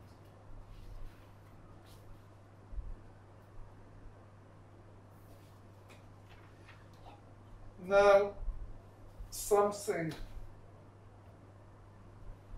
that I won't prove, but can be proved, that this basis is a complete basis. The basis of any operator is a complete basis. It's not easy, it's not hard to prove. Why? Because I know that I have n eigenvalues and n eigenvectors, and if all of them are orthogonal to each other, of course, they are a complete basis. Just for the continuum, you have to be a bit more careful in definitions, but for discrete vectors, it's immediate. Okay, so as Hillel said at the time, now we'll learn all quantum mechanics on one foot.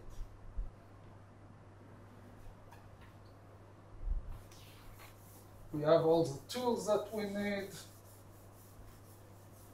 And what you hear here doesn't change for all the more complicated versions of quantum mechanics, from the regular quantum mechanics, relativistic quantum mechanics, field theory, string theory. Anything that has quantum follows the few basic concepts that I'll give here.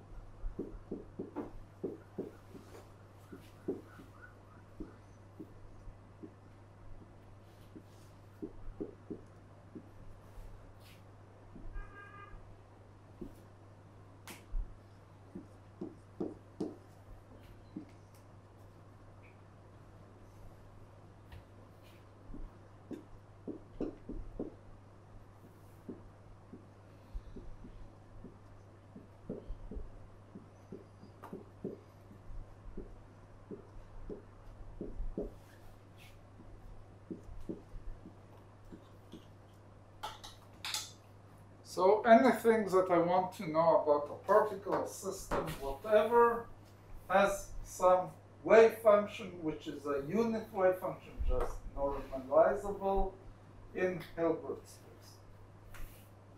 Nothing more, nothing less.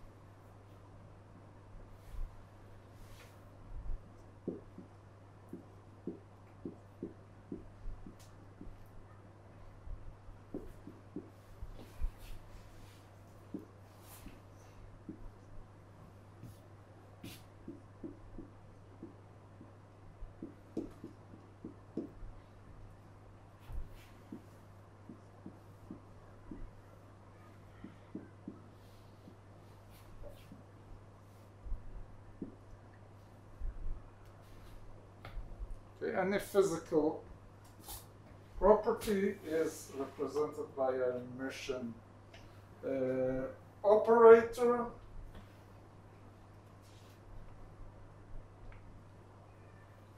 These two properties actually I've described and told you again and again and again in the first lectures of the course. Now I'll throw a bombshell.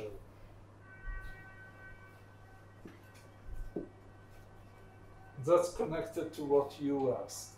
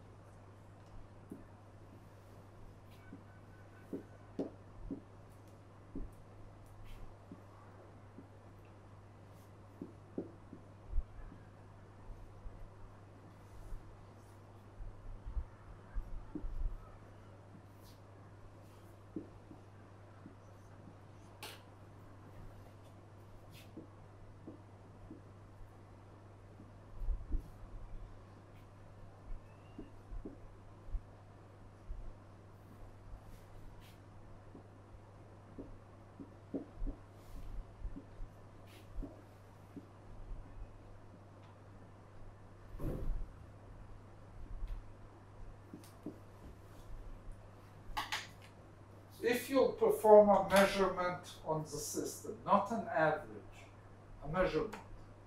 What is a measurement? I don't have time now, and even if I had time, we'll never conclude this discussion. The only things that you'll measure are the eigenvalues of this operator. What does it mean? Let's say for the hydrogen atom, we can write a Hamiltonian, we can write a Schrödinger equation. It has eigenvalues for E. If the eigenvalues that I get from the Schrödinger equation are discrete, these are the only results of measurements that I'll get. If I'll try to measure the energy of this particle, I'll get one of these eigenvalues, never anything else. You could add a factor, or you factor like a lambda factor?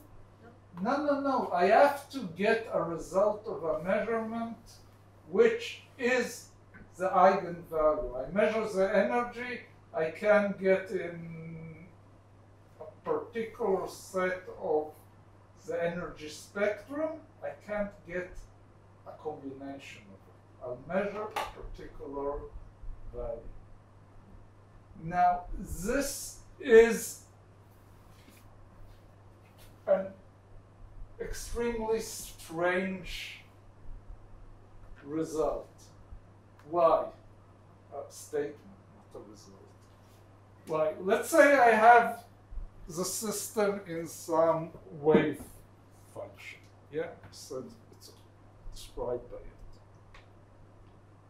And this wave function is not an eigenfunction of the particular operator which represents the physical quantities that I want to measure. And I perform the measurement. I'll get some value which are the eigenvalues of this operator. And the probability will be connected to the wave function, but I can't get any values if I want. What happens immediately after the measurement? Well, once I measured, I know that the system is described by an eigenvector of this operator, meaning that I have here a change in the wave function due to measurement. That's a famous collapse of the wave function. I had some wave function described in the system. I performed a measurement. I look at my measurement device. I see that the momentum is something which corresponds to possible eigenvalues of the momentum, and I know that the system is in the eigenvector of the momentum, because otherwise I wouldn't have. Before it was everything? Before it could have been everything. I don't, it depends on what were the initial conditions. So let me describe it.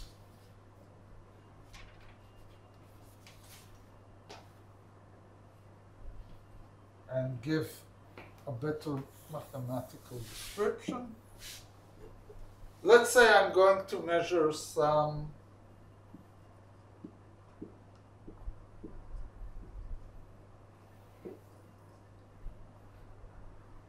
physical quantity omega.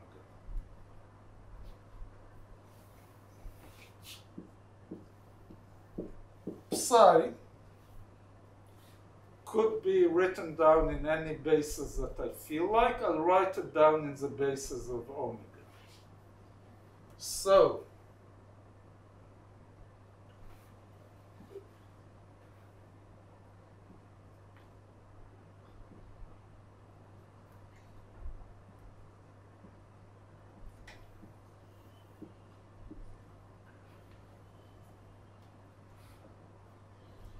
Okay, I'm allowed to write down in these spaces.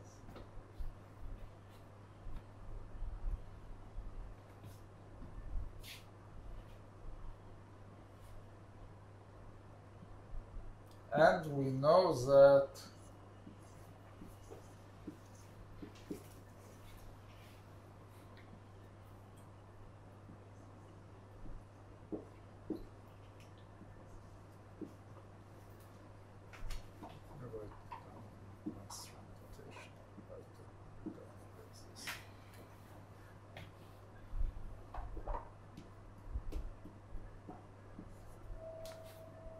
okay.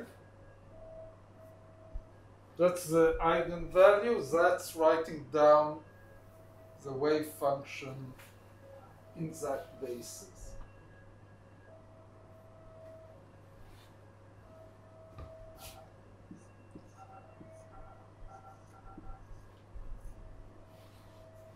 Probability of measuring the system at and getting the value omega L.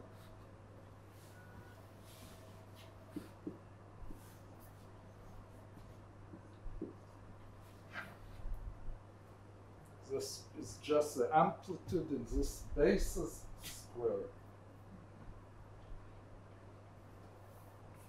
Clue which we will expand. Why was the probability of finding the particle at a point x psi x squared?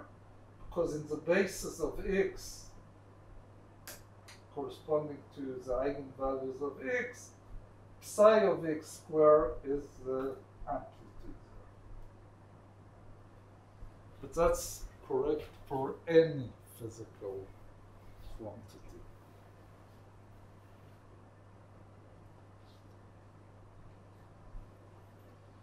Okay, 2 additional, 3, 4, 5.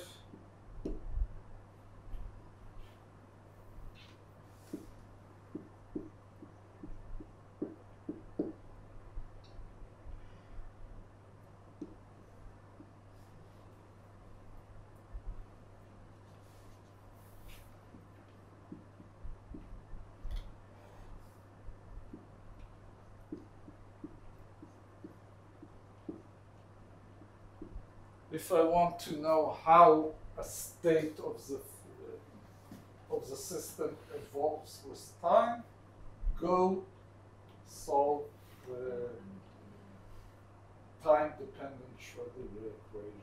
Meaning, if you have an initial condition, go, the wave function develops with time. And all of this is correct until the point that you measure. So when you measure, it's like everything. It's until all these stages are good for a linear theory.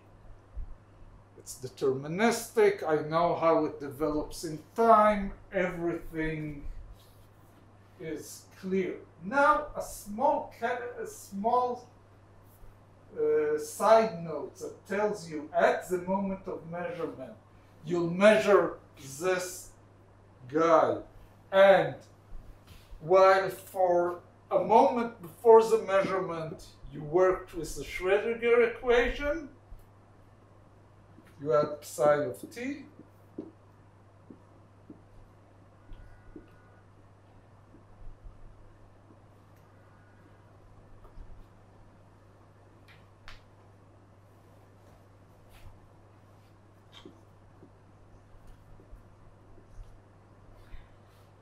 Went over to a wave function that's omega. And could you continue to do another measurement and then you're... And from here on, I'm back to my board. This is the initial condition for the continuation of the development of the wave function.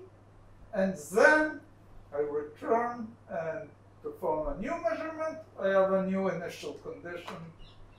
So it's extremely strange on a lot of levels. everything is well behaved, suddenly I have a probabilistic element. I can't tell you what the measurement will give. But afterwards, if you do two measurements, it will be the same or no? Depends. On what does it depend? If this guy is also an eigenvector of the Hamiltonian, so nothing in the, we will show it, nothing in the development will change that. Meaning that if you measured it once, you will continue to measure.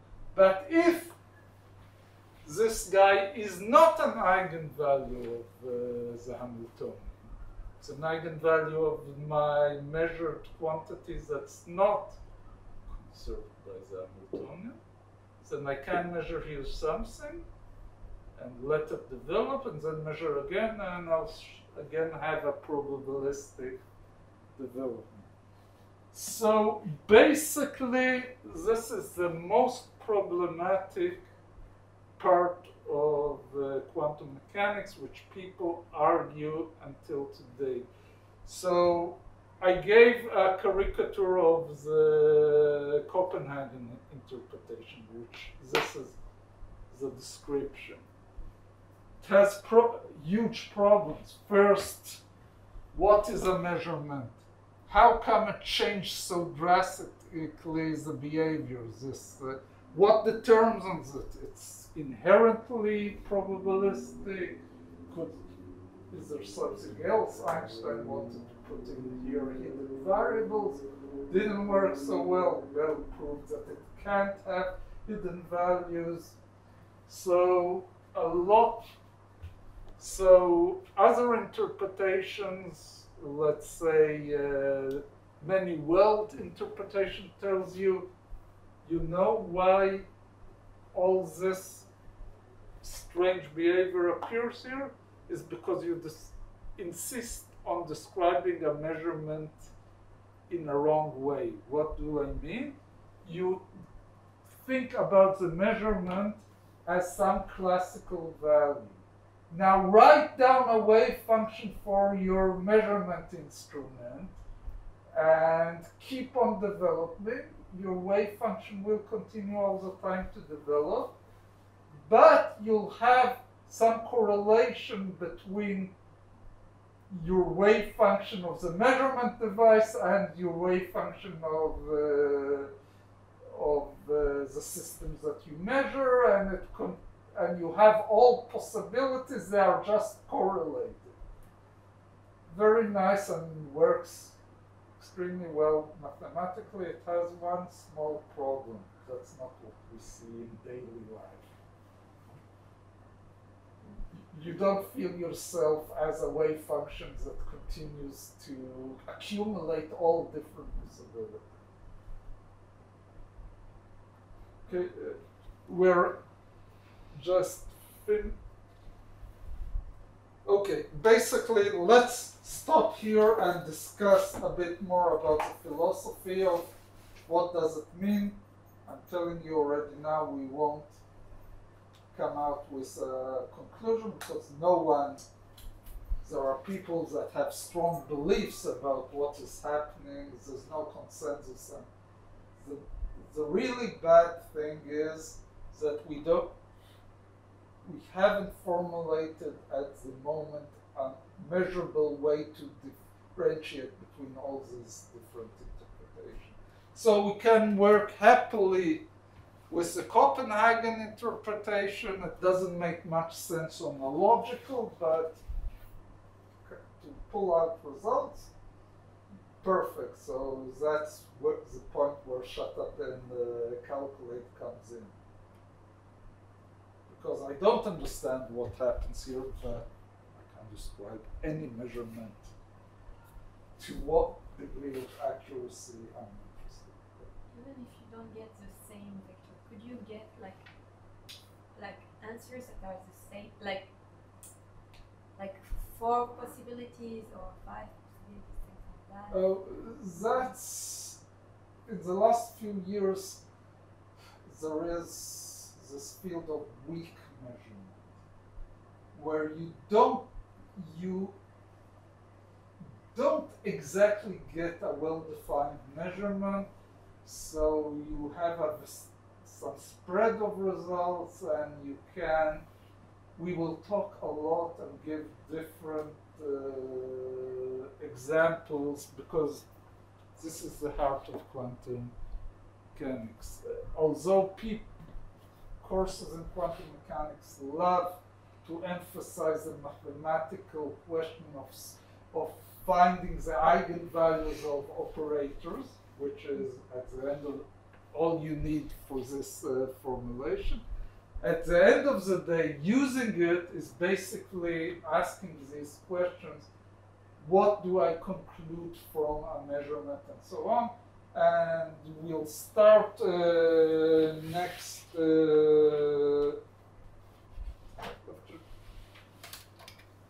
after doing a few more remarks on these results on a very simple system, which is a spin half, which has only 2 states and lives in a dimension of 2, so that's very easy and nice to give examples out of it. So next week. Yeah.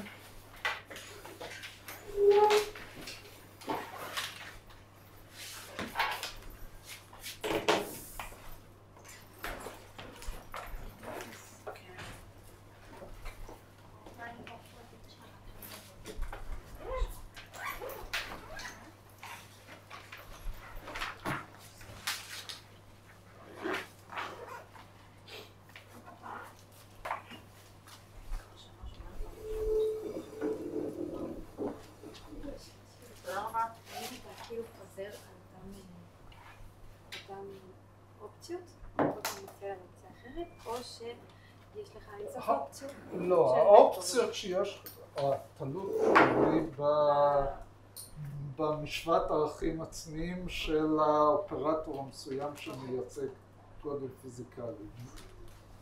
וזה